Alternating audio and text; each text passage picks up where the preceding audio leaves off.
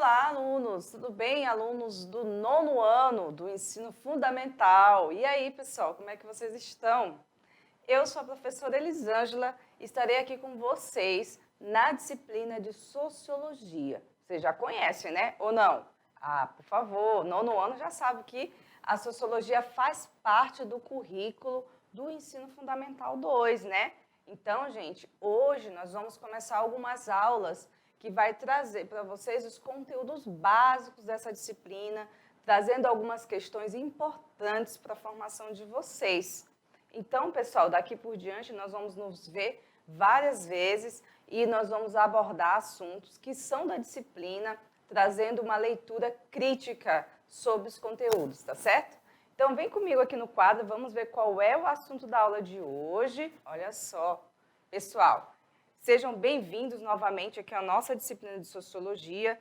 Aqui nós trabalhamos conjuntamente com a professora Daniele Maia, então de vez em quando vocês vão ver ela aí na nossa aula, e eu, professora Elisângela. Pois é, então vamos lá. Aula 1, aula de hoje, nós vamos falar sobre poder e política. Nossa, que tema, hein? E nós vamos falar também sobre as formas e exercícios do poder. Então, a gente vai primeiro falar do que é o poder, o que significa a palavra poder e como a palavra poder se relaciona com a política, ok? E nós vamos falar também das formas de exercício do poder, ou seja, como se exerce esse poder. De que maneira você pode identificar na sociedade que o poder está sendo exercido, né? Então, a gente começa falando do que seria, o que significa a palavra poder. Por quê? Porque aí a gente consegue, a partir disso, analisar outras maneiras como o poder vai se exercendo dentro da sociedade, né? Então, vamos lá, olha só aqui, ó. O poder, ele se refere à capacidade de agir, tá? Ou determinar o comportamento de quem? Dos outros, exatamente isso mesmo, tá? As relações de poder, elas perpassam todas as relações sociais. Por que, professora, isso acontece, né? Será mesmo que lá na minha casa eu também exerço, ou também o poder é exercido sobre mim? É, até na sua casa, até no seu ambiente familiar, o poder também é exercido, pessoal. Então, assim, as relações privadas que se dão no círculo familiar ou até mesmo nas próprias amizades, o poder também é exercido, né? Então, assim, claro que nem todos os conflitos que vão aparecer você vai ser resolvido através da violência. Na maioria das vezes, os nossos problemas ou conflitos de relações de poder, ele se resolve de maneira pacífica, ainda bem, né, pessoal? Já pensou se a gente tivesse que brigar toda vez que um conflito aparecesse? Então, os exemplos estão aí, gente. Relações de poder, ele pode existir sempre na relação de duas pessoas, ok? Então, uma pessoa vai exercer o poder sobre uma outra pessoa ou sobre várias pessoas ou sobre grupos. Então, gente, isso tem que ficar bem claro para a gente. O poder ele é exercido, pode ser de uma instituição, de uma pessoa, de um grupo, de uma igreja. Sempre vai ser uma relação entre, ok? O que quer dizer entre? Quer dizer que o poder ele é exercido não é de maneira individual, é entre entes. Pode ser uma pessoa com um grupo, pode ser um grupo com uma pessoa, ok? Então, esse poder é realmente essa capacidade de agir e fazer com que as pessoas façam aquilo que você deseja, ok? Ficou claro aí, pessoal? Agora, a gente vai falar sobre formas de exercício do poder. Ou seja, existe um poder, existe aquele que vai exercer o poder. Agora, como ele vai ser exercido, né? Então, a gente tem, por exemplo, aí vocês que ainda estão nessa fase saindo da infância, indo para a adolescência, vocês vão ver nos desenhos, não sei se vocês assistem, né? Animes, hoje em dia está bem comum, que existem sempre os antagônicos nos desenhos, né? É uma marca do próprio forma de fazer da própria forma de expor, né? E você vai ver que dentro dos desenhos existe relação de poder. E na maioria das vezes é antagônico. Por exemplo, sempre existe o lado bom e o lado mal, não é verdade? Existe lá o bonzinho, o herói, aquele que vai salvar a humanidade, tipo o Superman, o Homem-Aranha, enfim, o Homem de Ferro, né? Aquela coisa toda. E existe o mal, que é aquele que vai tentar destruir o vilão, o herói, e não só destruir o herói, destruir tudo aquilo que parece ser bom dentro dessa categoria, sabe? Então vai ser uma guerra de poderes. Você vai ver lá o herói brigando com o vilão e aquela coisa. E geralmente, né, nos desenhos, nos filmes de heróis, sempre acaba o herói ganhando, né? O vilão sempre se dá mal. O que na realidade nem sempre é assim, né? Então a gente tem relações de poder. Se você for observar, quase tudo que a gente vê nem que na mídia ou fora da mídia está relacionado com isso, né? Então a gente vai ver agora como que o poder é exercido, de que forma eu consigo capitalizar, eu consigo trazer esse poder para mim e como eu vou pressionar as pessoas, ou uma pessoa, ou um grupo, a fazer aquilo que eu quero. Como que eu vou fazer isso? Existem formas, professora, de fazer isso? Existe. Agora que a gente vai descobrir. Vem aqui comigo que a gente vai ver do quadro quais são as formas de exercício desse poder. Olha só. Poder econômico. Quem aqui não conhece o poder dos bens materiais? As crianças, pessoal, hoje em dia, né, na atualidade, quanto mais cedo estão conhecendo o poder do dinheiro. Elas começam já a entender que o dinheiro compra coisas. Então, às vezes, a criança com 3 anos, 2 anos, ela já está lá. Mamãe, quero um doce. Mamãe, passa aquele plástico lá, que ela não sabe ainda que é um cartão de crédito, né? Então, ela vê que com aquele plástico, o pai vai lá e consegue comprar doce, bombom, bala, né? Então, assim, o poder econômico é uma forma de você exercer o poder. E que forma, né, pessoal? Porque hoje em dia, nessa atualidade, o dinheiro ele vale muito, porque as pessoas que têm bens materiais, meios de produção, elas conseguem quase tudo o que elas querem, né? Então, a posse de bens materiais, a posse de dinheiro, de terras, enfim, de uma série de coisas, ele vai dar esse poder para as pessoas. E muita gente passa a vida inteira correndo atrás desse tal do dinheiro, do poder econômico. Porque o poder econômico vai dar para você uma certa autonomia, né? Você com dinheiro, você vai onde você quiser, você compra um carro, você viaja.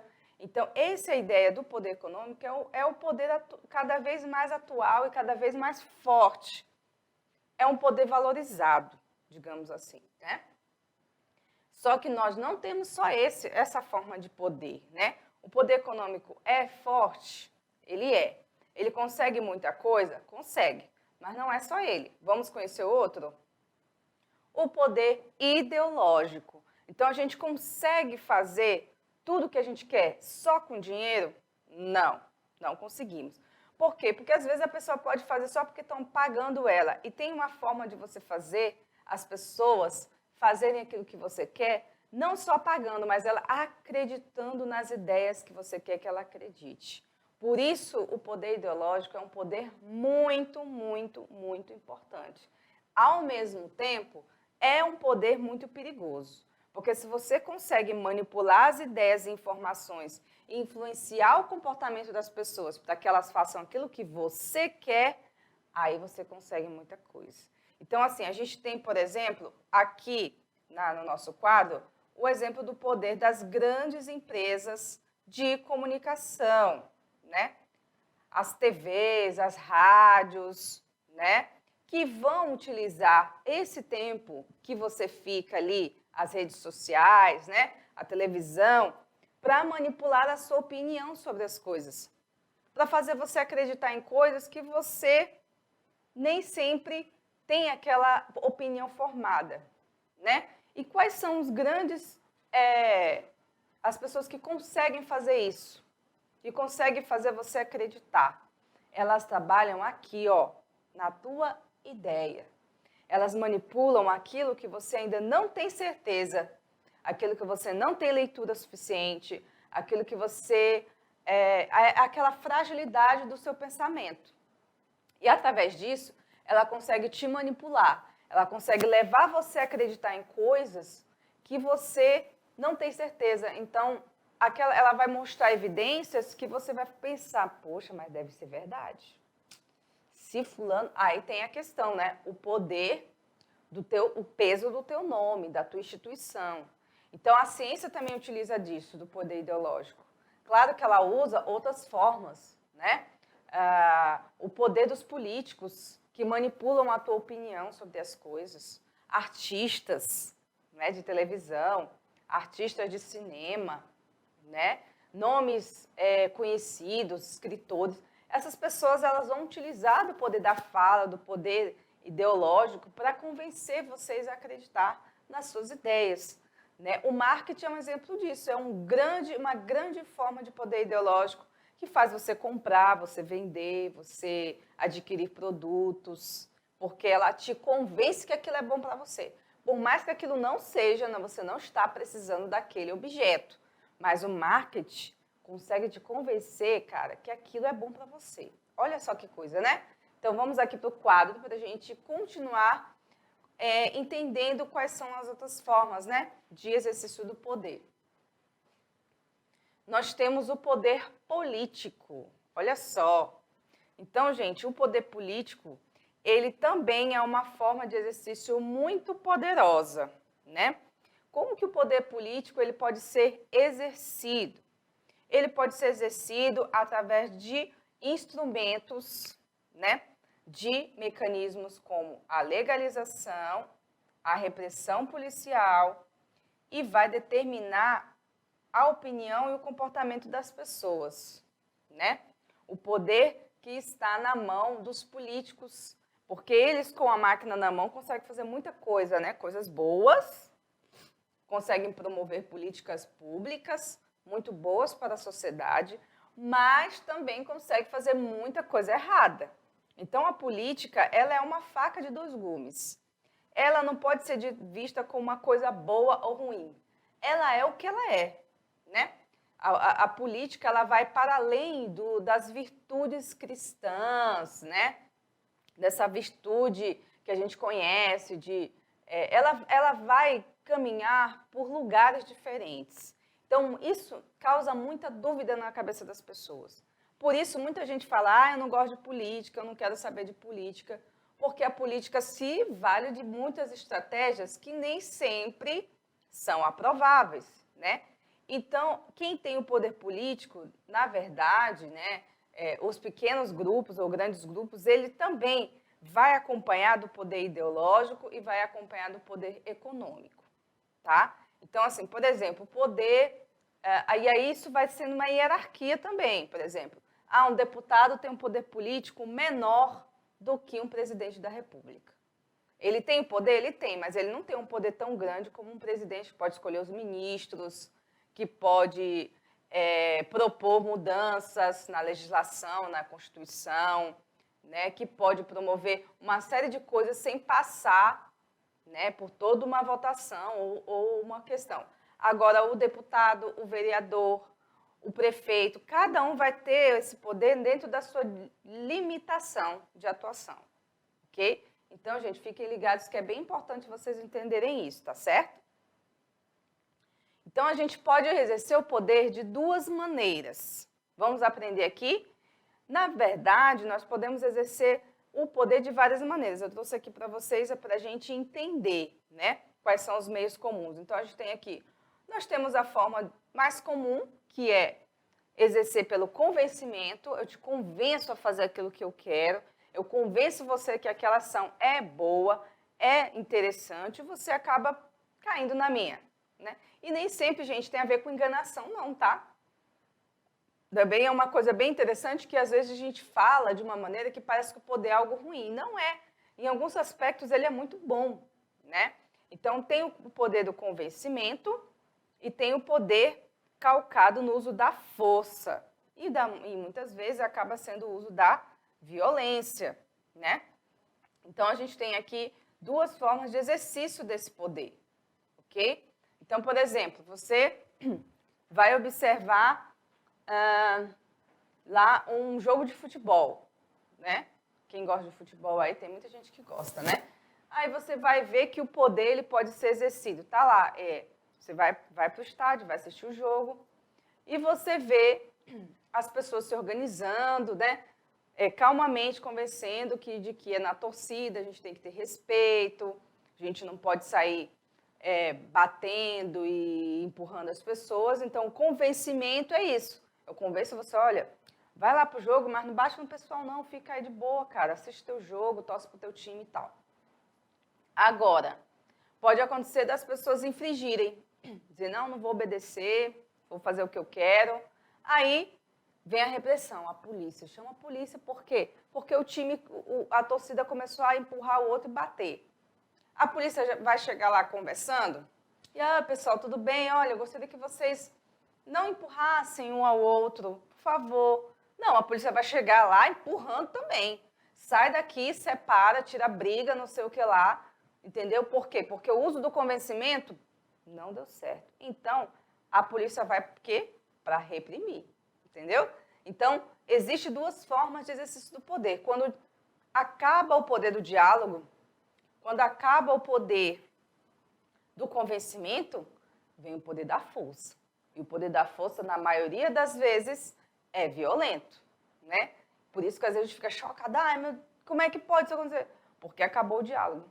Quando acaba o diálogo, vem a força, né? E às vezes, na maioria das vezes, essa força é desproporcional àquela situação. Então, por isso que acaba sendo violento, ok? Muito bem, vamos voltar aqui para o nosso slide. A gente vai aqui finalizar a nossa aula de hoje falando sobre um teórico da sociologia que fala sobre poder, um cara muito importante, vocês devem conhecer ele, o Max Weber, né? O Weber fala da dominação, né? Porque ele diz que o poder ele pode ser exercido através da dominação. Como é que eu domino, né? Eu posso dominar através da força, como eu disse para vocês, como é o caso do poder das milícias e do tráfico de drogas no Rio de Janeiro, é um problema muito, muito sério e já conhecido no Brasil, né, gente? Nós já sabemos que isso acontece há muito tempo. Então, aqui, para o sociólogo Max Weber, existem 3 tipos puros de dominação. Vamos ver quais são eles. A dominação legal, que se sustenta através das leis, ou seja, assim, o Código de Trânsito, a Constituição, né? As leis que regem o Estado, ou seja, o Estado impõe leis. Ele não pergunta se você quer obedecer. Você quer usar o cinto de segurança? Não, você vai usar o cinto de segurança. Mas eu não quero, então é multa. Mas eu não vou usar. Então você vai ficar, seu nome vai lá para a dívida ativa da União e você vai ter que pagar, de qualquer jeito. Entendeu? O Estado não pergunta para você se você quer. Mas eu não quero pagar imposto de renda. E daí? Vai pagar do mesmo jeito. O problema é seu. Você que vai pagar. Então, o Estado ele te impõe e você tem que obedecer. Então, isso é a dominação racional legal. Não tem por onde fugir. A dominação tradicional até dá, mas ela se sustenta nas leis e na tradição. Né? Aquela coisa de famílias antigas, né? Aquelas coisas que a gente vai obedecendo porque há muito tempo as pessoas fazem aquilo. Há muito tempo as pessoas, por exemplo, comemoram o Ano Novo na beira da praia, jogando flores brancas no mar. Por quê, professora? Eu não sei. As pessoas fazem isso e pronto, né? Ou a questão do casamento, né? Famílias antigas, religiões judaicas, por exemplo, a festa de casamento deles é totalmente diferente da nossa. As formas com que o casamento vai acontecendo é diferente. Então, como que se sustenta isso? Quem é judeu, que professa a fé judaica, tem que fazer daquele jeito. Mas eu não quero. Mas é a tradição, né? E, por último, a carismática, que é o poder que se sustenta o quê? Um carisma do líder. O cara é muito legal, eu vou obedecer porque ele consegue convencer as pessoas, ele é coach, ele é muito legal, ele é descolado, é uma pessoa interessante. E aí, ele consegue dominar por esse carisma. Olha aí. É isso aí, pessoal. A nossa aula de hoje foi essa.